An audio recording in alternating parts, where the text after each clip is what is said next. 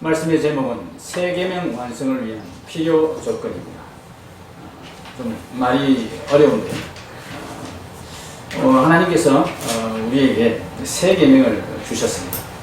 그 새 계명을 예수님께서 산에서 제자들을 세우시면서 주셨습니다. 산상수훈이라고도 말하기도 하는데 이 산상수훈을 새 계명이라 그렇게 이야기합니다. 왜 그렇게 이야기하는가 하면 구약시대에 이스라엘 백성이 옛 계명 율법을 받은 장면과 그리고 그 내용과 너무나 유사하기 때문에 그렇게 이야기합니다. 구약시대에 이스라엘이 출애굽을 하면서 시내산에서 하나님 백성이 되는 계약을 체결했습니다. 하나님과 서로 언약을 맺었습니다. 너희는 내 백성이 되고 나는 너희 하나님이 되겠다. 하나님이 그렇게 이스라엘 백성과 약속해 주셨습니다. 그러면서 하나님께서 그들에게 하나님의 백성이 지켜야 될 법을, 계명을 주셨습니다. 그것이 율법입니다. 시내산에서 그렇게 하셨습니다. 근데 예수님께서 또 예수님께서 또 한 산에 올라가셔서 제자들을 부르셨습니다. 제자들을 부르시고 12제자를 부르셔서 사도로 임명을 하시고는 그들에게 계명을 주십니다.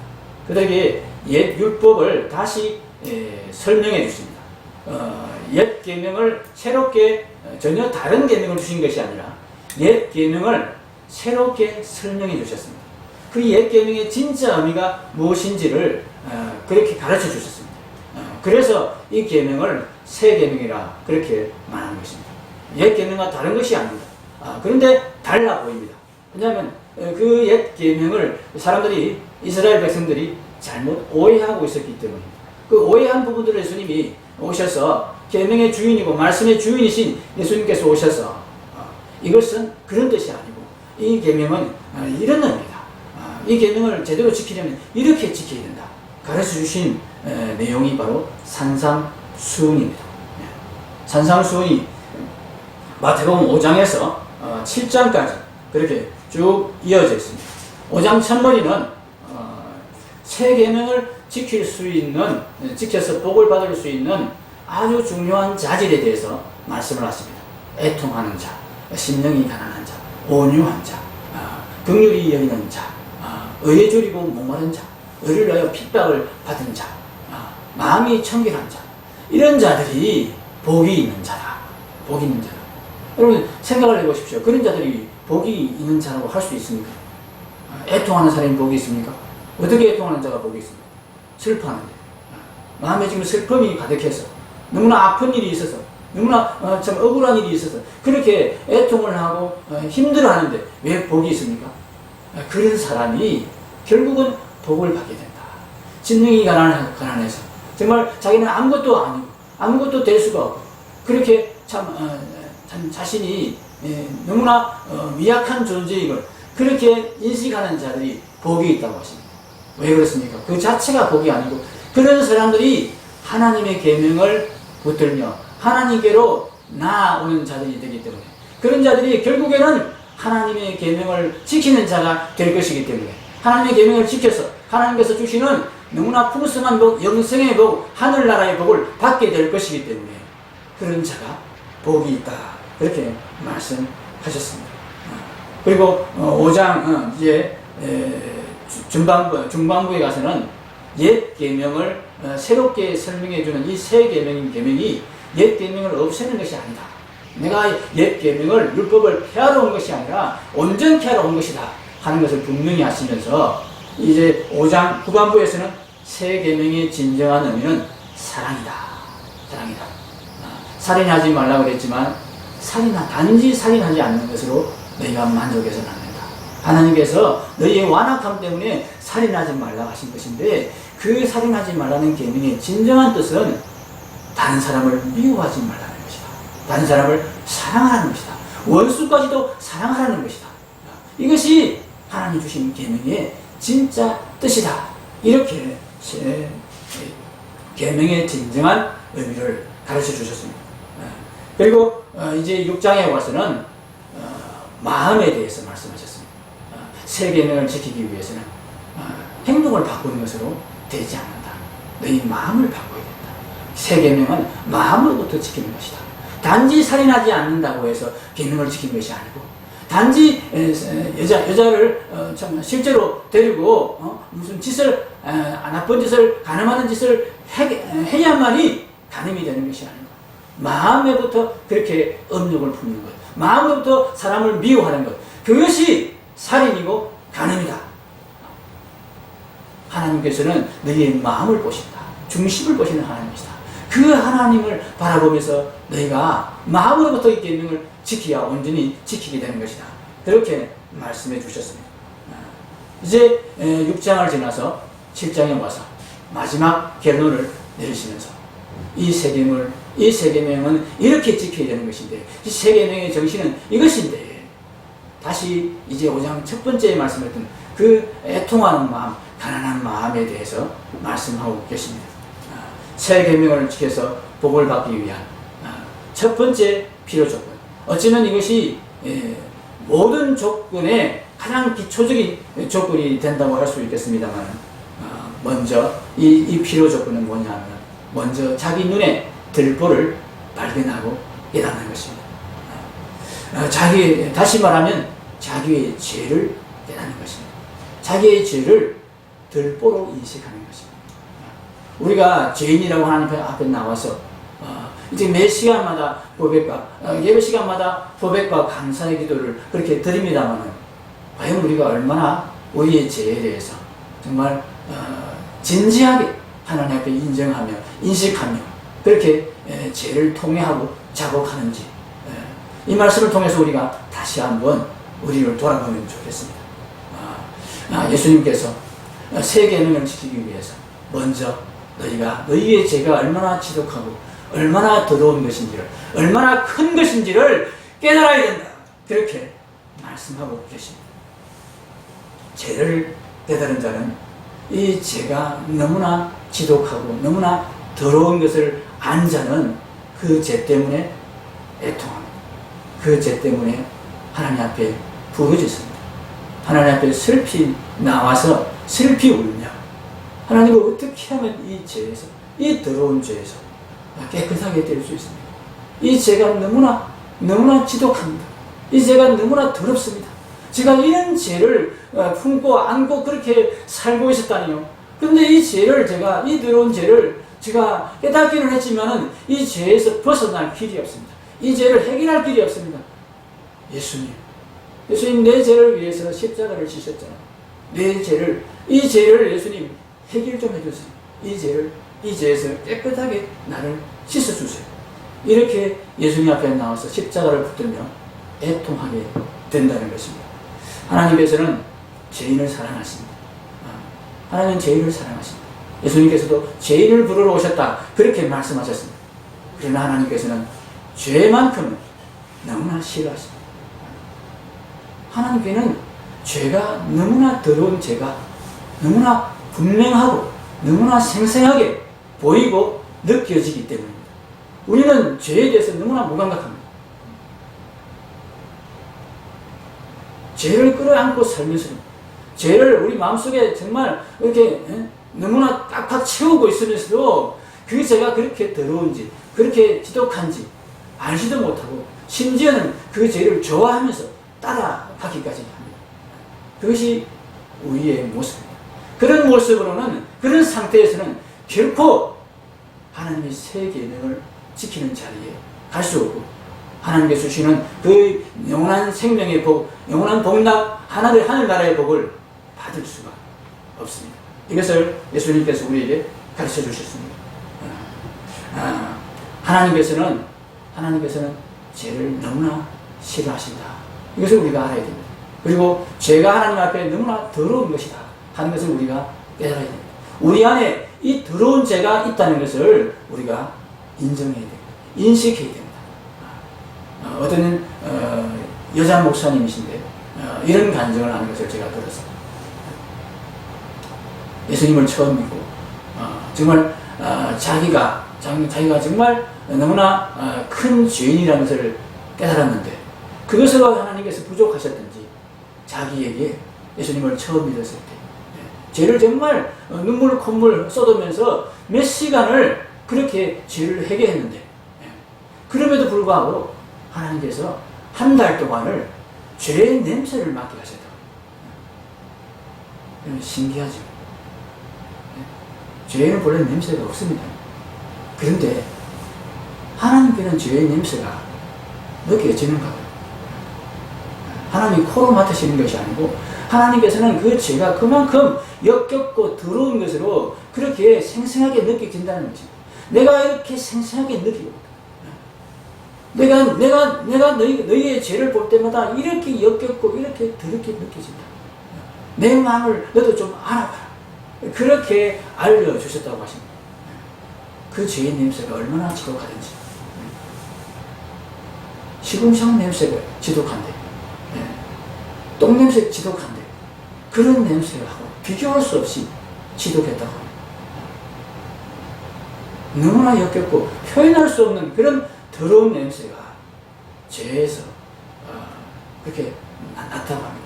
그 냄새를 한 달 동안이나 맡으면서 그렇게 정말 힘들게 지냈다고 합니다.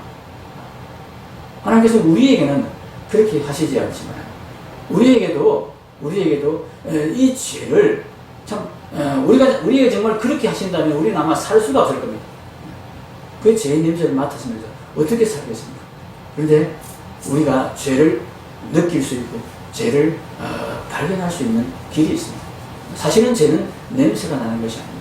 근데 냄새만으로 죄를 깨닫는 것보다 더 죄를 분명하게 우리는 깨달아야 합니다. 냄새로 죄를 깨달으면 그냥 죄가 나쁜 것이구나, 더러운 것이구나, 그렇게만 우리가 깨달을 수 있습니다. 그런데 죄를 진정하게 깨닫고 그것을 해결하려면 죄가 지독하다는 것만을 아는 것은 냄새로도 되지만 우리가 우리의 죄를 하나하나 깨닫고 그 죄를 하나님 앞에 내어놓고 회개하고 해결받으려면 말씀으로 죄를 깨달아야 됩니다. 말씀이 우리에게 죄를 깨닫게 해주십니다. 우리의 심령에 있는 죄들, 물론 우리가 예수님을 처음 믿고 진심으로 회개할 때 우리의 옛 죄를 하나님께서 예수님의 그 피로 씻어 주십니다. 그래서 우리의 옛 죄들, 우리 마음에 있는 그 겉으로 드러난 죄들이 깨끗하게 씻음받고 사함을 받습니다. 그러나 그럼에도 불구하고 우리 마음의 깊은 곳에 여전히 죄가 남아 있습니다. 그리고 우리가 앞으로도 계속 지을 죄들이 여전히 있습니다. 이 문제가 해결되어야 됩니다. 이 문제 해결받기 위해서 우리가 하나님의 말씀을 계속해서 붙드는 것입니다. 말씀을 계속해서 듣는 것입니다. 하나님의 말씀이 우리의 죄를 들추어냅니다. 히브리서 4장을 한번 찾아보겠습니다.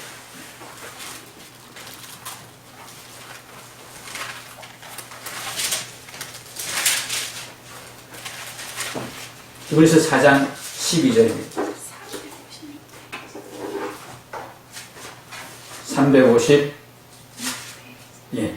6페이지, 7페이지 점에 있습니다. 신약성경 356페이지, 7페이지 히브리서 4장 12절 같이 읽겠습니다. 하나님의 말씀은 살아있고 활력이 있어 좌우의 날선 어떤 검보다도 예리하여魂과 영과 및 관절과 골수를 찔러 쪼개기까지 하며 또 마음의 생각과 뜻을 판단하나니. 아멘. 하나님의 말씀이 우리 안에 있는 우리 속 깊은 곳에 있는 죄를 들춰냅니다. 어디까지 들춰낸다고 그럽니까? 혼과 영과 관절과 골수를 찔러 쪼개어서 그 안에 깊이 감추어져 있는 우리의 죄를 하나씩 드러내서 해결받게 하십니다. 그 죄를 들춰내고 그 죄를 씻어내고 거기에 다시 무엇을 채워야 됩니까? 하나님의 말씀으로, 하나님의 의로운 계명으로, 하나님의 사랑의 계명으로 그 자리에 채워갈 때에 우리는 하나님의 계명을 온전히 지키는 자가 될 수 있는 것입니다. 그런데 이 일을 위해서 우리가 먼저 하나님 앞에 죄를 깨닫고 죄를 인정하고 하나님 앞에 죄를 해결해 달라고 그렇게 애통하며 부르짖으며 하나님 앞에 나아가는 일이 일어나야 됩니다.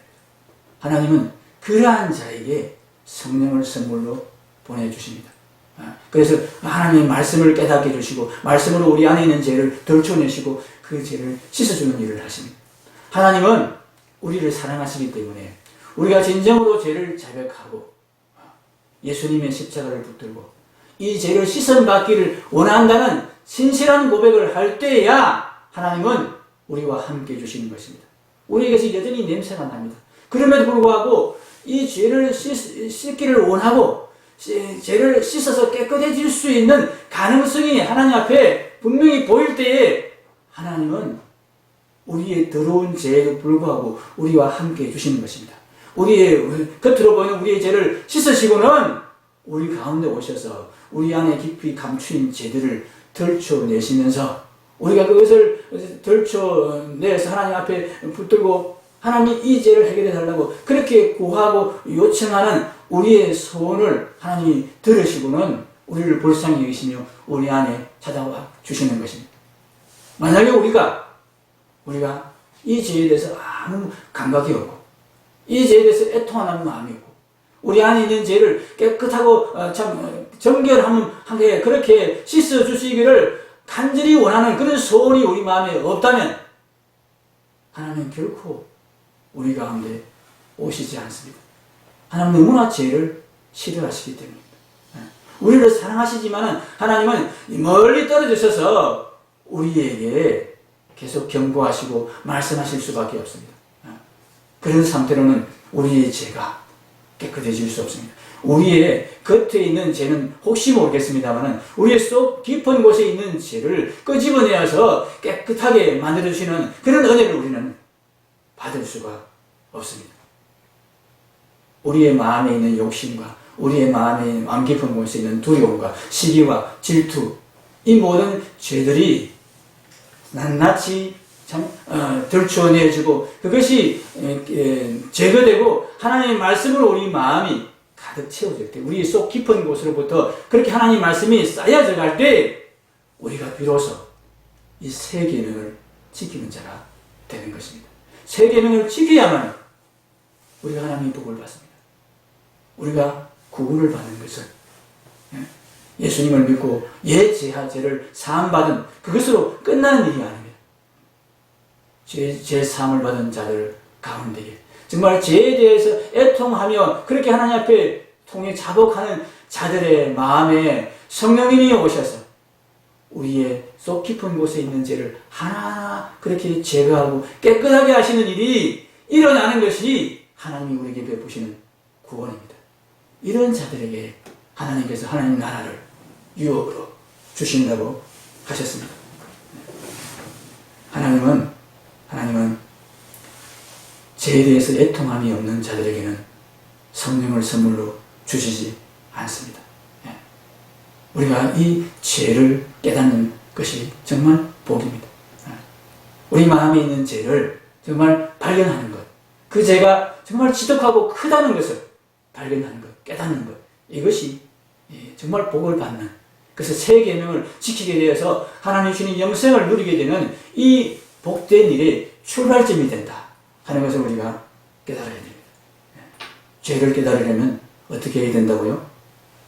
말씀을 들어야 됩니다. 말씀을 읽어야 됩니다. 그런데 단순히 읽어서는 안 됩니다. 단순히 들어서는 안 됩니다. 그 말씀을 자신에게 적용시켜야 됩니다. 오늘도 여러분이 말씀을 듣고 있습니다. 그런데 혹시 이 말씀을 들으면서 이 말씀 우리 남편이 정말 꼭 들어야 되는데 이 말씀 김 집사가 들어야 되는데 오늘 김 집사가 안 나왔네.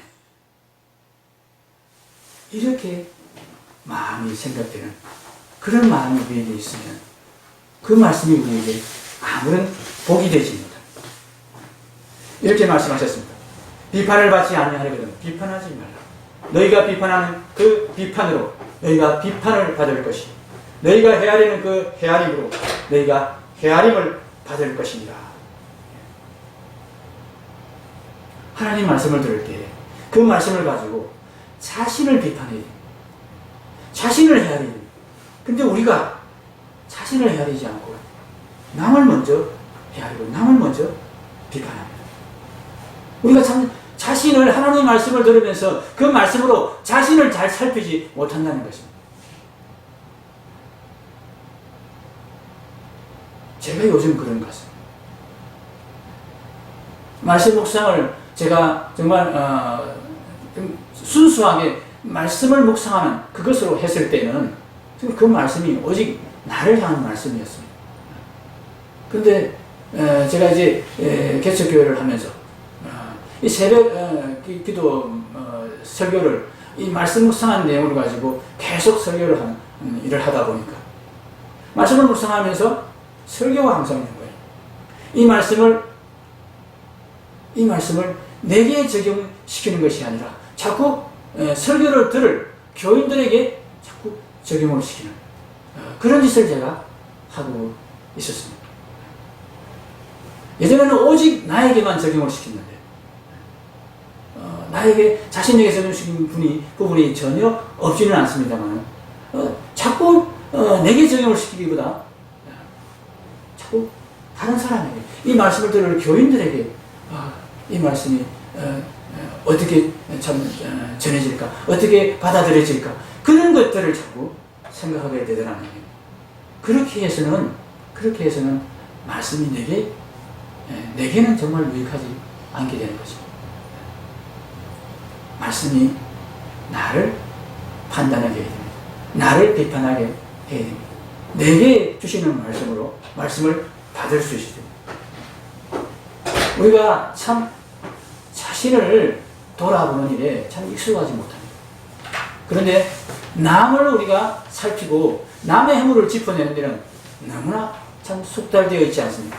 너무나 그런 일을 쉽게 잘하지 않습니까? 자연스럽게 하지 않습니까? 한번 여러분 지금 한번 실제로 제 문제 아니라도 우리 일상생활의 가운데서도 우리가 참 다른 사람을 살피는 데는 능숙하지만 자기 자신을 살피는 데는 그렇게 능숙하지 못하다는 것을 우리가 알 수 있습니다. 여자분들은 어떨지 모르겠습니다만 제가 남자이기 때문에 남자의 입장에서 말씀드릴 수밖에 없습니다. 여러분 지금 이 시간에 한번 자기 얼굴을 한번 눈앞에 한번 떠올려 보십시오. 금방 떠올려집니까? 자기 얼굴이 이렇게 떠올려집니까? 그러면 친한 친구나 아주 미워하는 사람의 얼굴을 한번 떠올려 보십시오. 떠올려집니까? 떠올려지지요? 자기 얼굴은 잘 안 떠올려지네요. 제가 참 신기한 걸 발견했습니다. 내 얼굴을 떠올리려고 이렇게 하는데 내 얼굴이 잘 안 떠오르는 거예요. 자기 얼굴.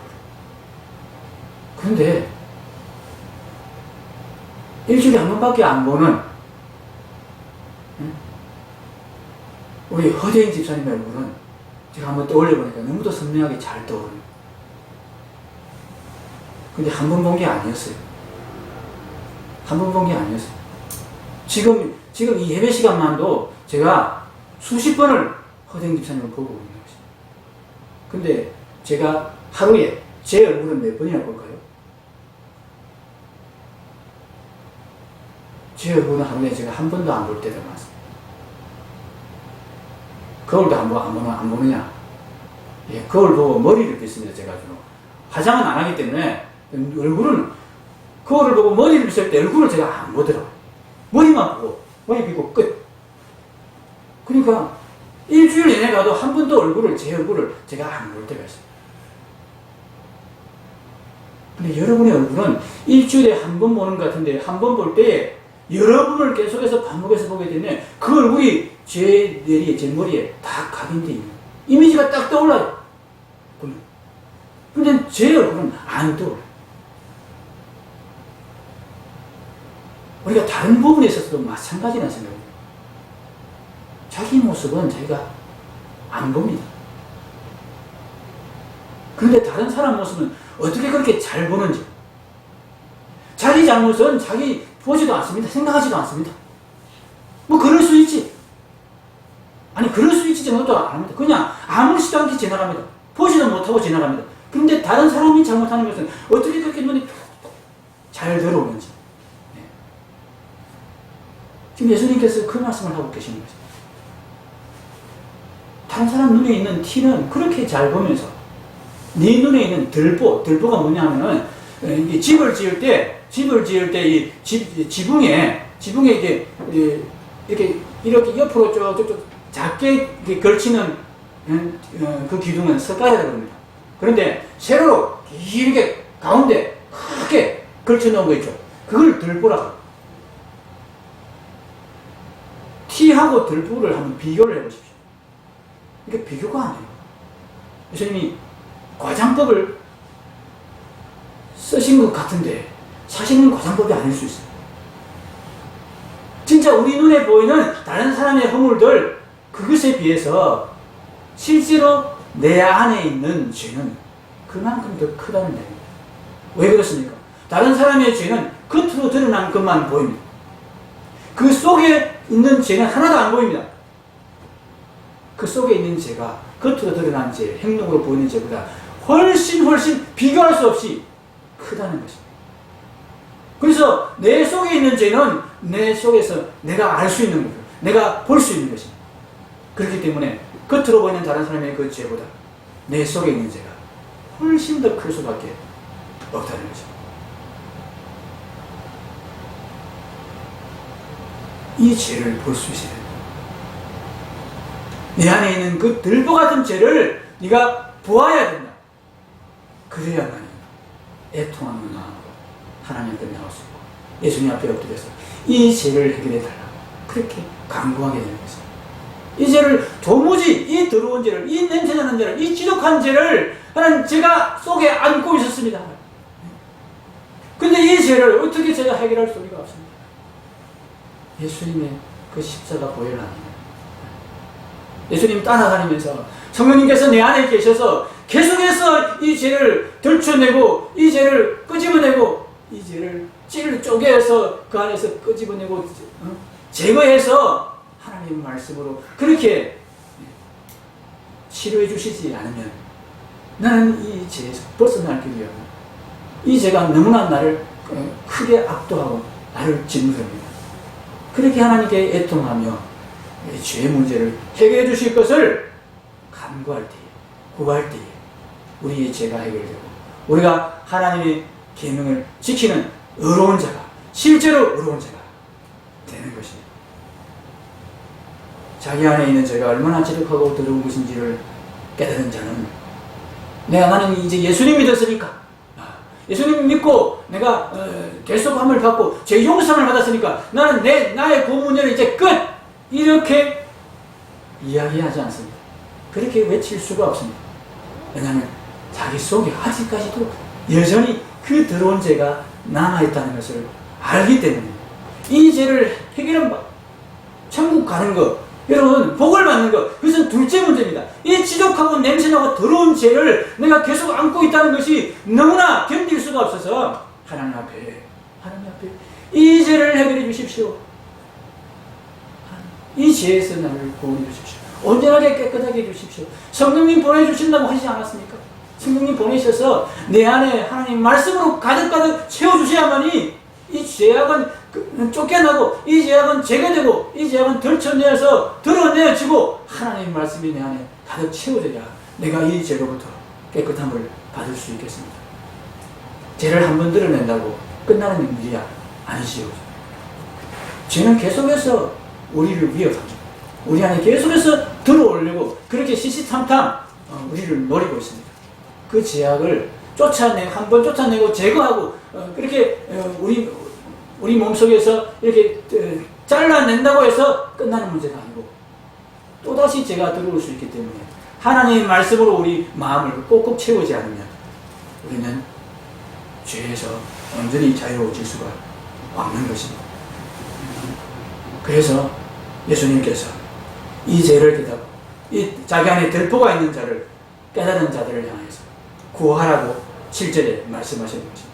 구하라 그리하면 너희에게 주실 것이고 찾으라 그리하면 찾아낼 것이고 문을 두드리라 그리하면 너희에게 열릴 것이니 계속해서 구하고 계속해서 찾으며 계속해서 문을 두드리는 말씀입니다. 한번 해보고 끝내지 말고 정말 줄기차게 정말 애통하는 마음으로 정말 간절하게 이 죄 문제를 해결받기 위해서 성령님을 구하고 예수님의 십자가를 붙들라는 이야기입니다. 그럴 수밖에 없습니다. 죄가 얼마나 지독한 것인지, 죄가 얼마나 더러운 것인지, 우리 안에 있는 죄가 얼마나 큰 것인지를 아는 자는, 깨달은 자는 그렇게 할 수밖에 없습니다. 그런 자에게 하나님의 은혜가 임하여. 하나님은 죄를 싫어하신다고 그랬죠. 하나님은 더러운 죄를 가까이 할 수가 없습니다. 그런데 그 죄를 깨끗하게 해달라고 정말 간절하게 애통하며 그렇게 하나님께 구하는 자를 하나님께서 불쌍히 여기셔서 하나님이 성령으로 그 가운데 와 주시는 것입니다. 그 역겨운 죄를 하나님께서 손수 찔러 쪼개어서 그것을 드러내고 제거하고 그런 수술을 마다하지 않고 해주시는 것입니다. 우리가 정말 애통하는 마음으로 이 죄에서 놓여나기를 하나님께 간절하게 진실되게 구하지 않으면 하나님은 너무나 죄를 싫어하시고 죄와 함께 계실 수 없는 분이시기 때문에 우리의 진실된 그 고백이 없는 상태에서는 성령님을 우리에게 선물로 주시지 않습니다. 성령님이 우리 마음속에 오시지 않습니다. 오실 수가 없습니다. 죄를 깨닫지 못한 자는 자기 안에 있는 죄가 그렇게 더럽고 그렇게 큰 것이라는 것을 깨닫지 못한 자는 하나님께 이렇게 간절히 구하지 않습니다. 그냥 교회만 왔다 갔다 합니다. 그런 상태에서는 온전히 하나님의 계명을 지키는 자가 될 수 없습니다. 그 길을 향하여서 나아갈 수가 없습니다. 하나님께서는 우리에게 좋은 것, 성령님을 주시기를 간절히 원하시는 우리 아버지입니다. 그런데 우리가 구하지를 않습니다. 간절히 구하지를 않습니다. 진실으로 진실되게 구하지 않습니다. 누가복음 11장 13절에 이렇게 말씀하셨습니다.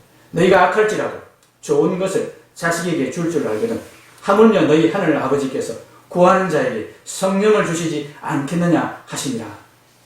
오늘 마태복음 7장 11절 말씀과 같은 말씀입니다. 너희가 악한 자라도 좋은 것으로 자식에게 줄 줄 알거든 하물며 하늘에 계신 너희 아버지께서 구하는 자에게 좋은 것으로 주시지 않겠느냐. 이 좋은 것이 누가복음에서는 성령이라고, 성령님이라고 밝히고 있습니다. 우리의 죄를, 더러운 죄를 깨끗하게 제거해 주시는 분, 말씀으로 우리 마음에 채워주셔서 우리의 죄를 드러내 주시고 제거해 주시고 깨끗하게 치료해 주시는 분, 그 성령님이 우리 가운데 오셔야만이 우리가 죄에서 놓여날 수 있고 하나님의 새 계명을 온전히 지키는 그런 믿음의 사람이 될 수 있습니다. 이것이 되기 위한 가장 중요한 출발점이 무엇입니까? 죄의 심각성을 깨닫는 것입니다. 내 안에 있는 죄를 깨닫는 것입니다. 내 안에 들보가 있음을 그렇게 인식하는 것입니다. 우리 안에 있는 들보를 찾는 일에 우리가 힘을 써야 됩니다. 이 들보를 찾기 위해서 우리가 지금도 말씀을 묵상하는 것입니다. 말씀을 자꾸 읽는 것이고 말씀을 듣는 것입니다. 하나님의 말씀을 우리가 자꾸 들을 때에 우리가 애통하는 마음을 갖게 됩니다. 우리가 이 죄에 대해서 깨닫지 못하고 하나님 말씀을 들으면서 우리 안에 있는 들보를 깨닫지 못하게 되면 그 사람은 마치 돼지나 개와 같다고 예수님께서는 말씀하십니다. 예수님께서는 너무나 사정없이 말씀하십니다. 돼지와 개와 똑같다. 여러분, 돼지가 어떤 삶을 삽니까? 돼지우리 하면 여러분 더럽다는 표현의 대표적인 표현이 돼지우리죠. 돼지는 더러운 것을 개의치 않습니다. 더러운 것을 모릅니다.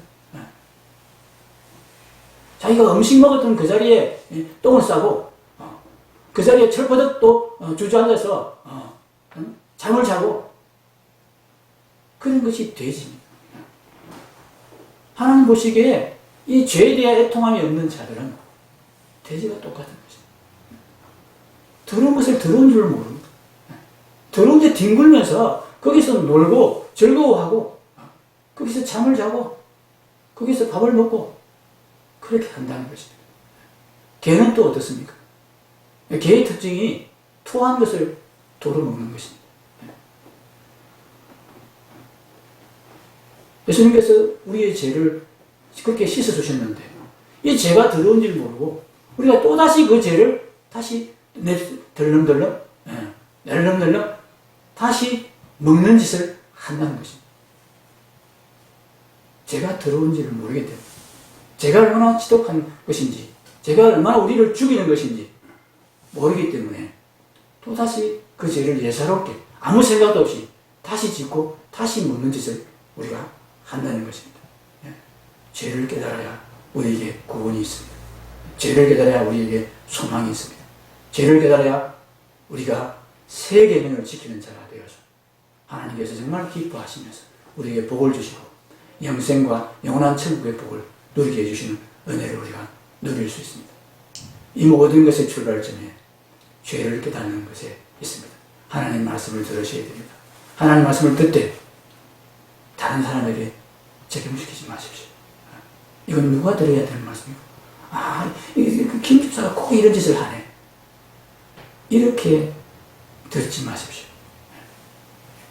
그 말씀이 나에 대한 말씀으로 그렇게 듣도록 들려지도록 내 안에 있는 죄를 그 말씀이 계속 지적하고 정말 들춰내는 그런 말씀이 될 때에 우리가 정말 복된 자가 되게 되는 것입니다. 하나님 말씀이 내 안에 있는 죄를 끄집어낼 때 저 목사가 나만 보고 이야기하네. 나만 보고 야단을 치네. 항상 저 목사는 야단만 치네. 그렇게 생각하지 마시기 바랍니다. 나를 향해서 말씀이 주어지는 그것이 복입니다. 그 말씀이 내게 향한 나를 향한 말씀이라고 여겨지는 것이 정말 복입니다. 목사는 아무것도 모릅니다. 목사는 여러분의 사생활을 거의 알지 못합니다.